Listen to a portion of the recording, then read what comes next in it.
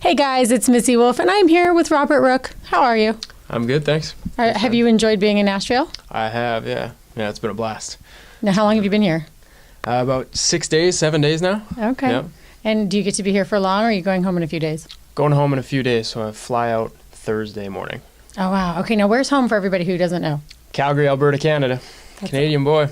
Yes, for sure. You guys have a lot of music out there. Canada has a huge music scene. Actually, yeah, it's doing pretty well. Yeah, and the country scene is getting pretty big out there as well. Yep. Have you noticed that yourself? Yeah, and especially the area that I'm from, Calgary, we have a really good country music scene, and that seems to be sort of one of the heart hubs of country music in Canada. Yeah. Home to the Calgary Stampede, if you've heard of that. I have not. You haven't? No, I have it's not. They call it the largest outdoor show on earth. Oh. One of the biggest rodeos. Yeah. Okay. Now, have you been to the rodeo then? Oh, yeah. Yeah. Okay. Do you like it? I watched one on TV once and cried last year. And cried? I did. I was at the Mellow Mushroom, and they had to shut it off, the television. They had to shut it off for me because I just was crying. I couldn't stand watching the baby cows getting roped and dragged down. It just broke my heart. Well, I guess that's fair, but no, it's a good time. It's a lot of fun. Oh, well, that's great. Now, so what brought you here to Nashville? Music.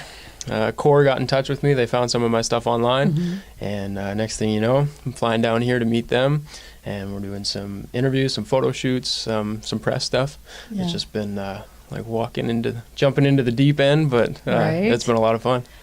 Was it everything that you expected it would be? I mean, Nashville, usually when people think Nashville, they think, it's just country music, but I know that you have a background with blues and rock and roll too, like you love everything. Yeah. So was it what you expected it would be?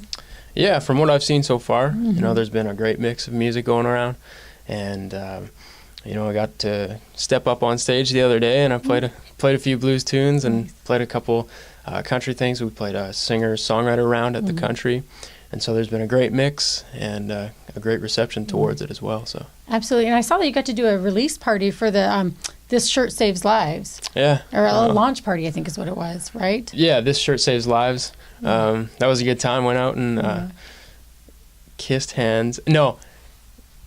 I always get the wrong. Kiss babies and shake hands. Shake hands and kiss babies. Yes, I always say it the wrong way. I saw that on your social media, and I was cracking up laughing. And the picture of you and Ayla Brown was so cute. I loved that. She's such a sweet girl, too. But so what else do you have coming up? I know your music is fantastic, and I'm so glad that Core found you and that everybody, has introduced you to me because your music is great. And I definitely hear some John Mayer in your music, which is really fun for me. And I know a lot of fans out there. Who else is influenced or has influenced you? Yeah, so John Mayer was a big influence on me in the beginning, in my sort of formative years of playing guitar and getting into singing and songwriting. It was the blues. So it was John Mayer, and then, you start checking out your artist's influences as well, like your influences. So John Mayer was always talking about Stevie Ray Vaughan, so I went and checked out Stevie Ray Vaughan, and then he became a huge influence for me. Then you check out who Stevie Ray Vaughan was checking out, and you kind of go down that rabbit hole. And at the end of that hole, you start digging a different direction, and then country and jazz started to come into the picture. And then from there, I went to college and started studying jazz. So when I read that, I was like, "What? You graduated in jazz? Like that's great. It's fantastic." I was in jazz band, but that's another story, and we're not going to talk about that. What'd you play? The valve trombone, because I wasn't good enough for the slide trombone. So basically, it's just a big trumpet. Well, I played baritone. That's why. So I switched over. I played that in grade 7. Did you? Yeah. Did you have fun with it? Actually, yeah. I learned. What is that? I Want a Hippopotamus for Christmas? That was my hit. That was my baritone hit. That's awesome. Mine was the Robin Hood theme song. Even better. Yeah, it was great. And I can still play it. If I had a baritone in front of me, I could still play that intro. It was just next time I'm going to bring one. Right. Oh, gosh. That would be, you and Paul Lane. He wants me to do it, too. Paul Lane played trumpet for me during one of our interviews and was like, we got to get your baritone out. It's going to happen. Not going to happen. Ever. Nope. But not gonna. Okay, so let's talk about your new EP, The Road. And I'm probably covering it up with my fingers because that's what I do. But how was this process creating this album for you? It was great. It was a really quick process, to be honest. We went on a Friday, live tracked it with the band, the studio guys, and laid down guitar parts on Saturday, vocals on Sunday, and it was done. And that was it. I went in and redid the vocals once, but for the most part, it was like a 3-day project. That's incredibly fast. Did you expect that it would be that fast? Yeah. I mean, I went in prepared. I had all my demos done, and I just sent them out to the guys. They learned the parts. They came in. We talked about the songs, laid them down. 3 days later, we had them. So. Oh, my gosh. Now, do you have a favorite? Yeah. Which one? I like The Road, to be honest. I think that's my favorite tune. Yeah. And that's the one we're pushing and sending out to people, so I'm happy about that one. No, it's a great song. That one's tied with Don't Take This for me. Yeah? Oh, you like Don't Take This? I love Don't Take This. Awesome, I think it's an interesting take on a relationship song. Like, it's just...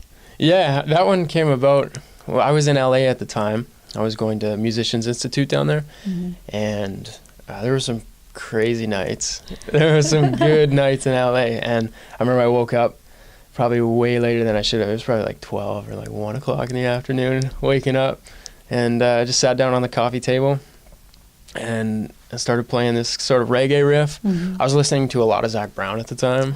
So there's some of that influence in there for sure. And you know, that vibe and the first verse just popped out, and then that's great. The rest just fell out from there. So do you love it when that happens, when you have a song that just kind of just writes itself? And yeah, that's when I know it's a good one, is when they just fall out. If I have to think about it too much, it's you know, it's like I'm forcing it. So that's something I hear quite a bit, is, you know, the good songs are always the ones that just don't really take that much time to write. That's what I find. Yeah. That's incredible. I can't write songs, so I wouldn't really know, but I'm going to take your word for it. Now, is there anything that you want fans to know about you, other than the fact that you have a gorgeous golden doodle dog that, oh my God, I forgot. I was almost not going to mention it. Your golden doodle is beautiful. It's not mine. It's not yours? No, I stole him. Well, my goodness. Okay. For the day. I stole him for the day. So I was working during the summer. I was doing some construction, some landscaping and stuff like that. And I remember, I'm going to tell this story anyway.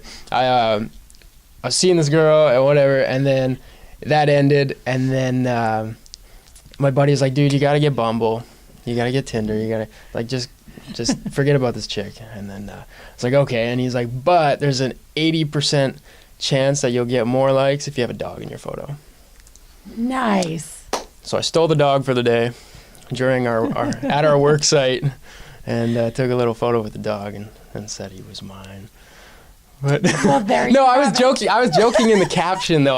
I don't think people got it, because people sent me a message and they said, "Oh, you got a dog."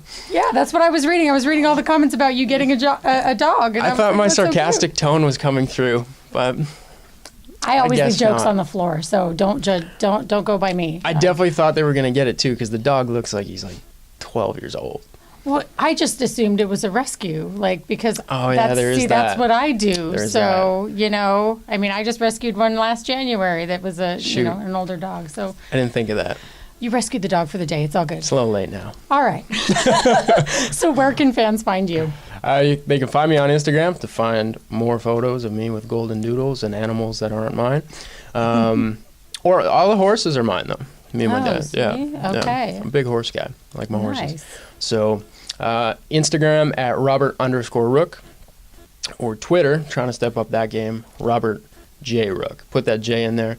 If you don't, you might accidentally find my high school Twitter account, which I'm trying to delete. Okay. So put that J in there. Put the J in there, people. Robert J. Rooke. All right. We'll put all the links up for you guys at home, so you can click, be easy, and just follow him. Do it. Because honestly, his music is great, and you guys just need to know him, and you need to see more jokes that he throws out there and pick them up, because I didn't at all. Until next time, guys. We'll see you soon.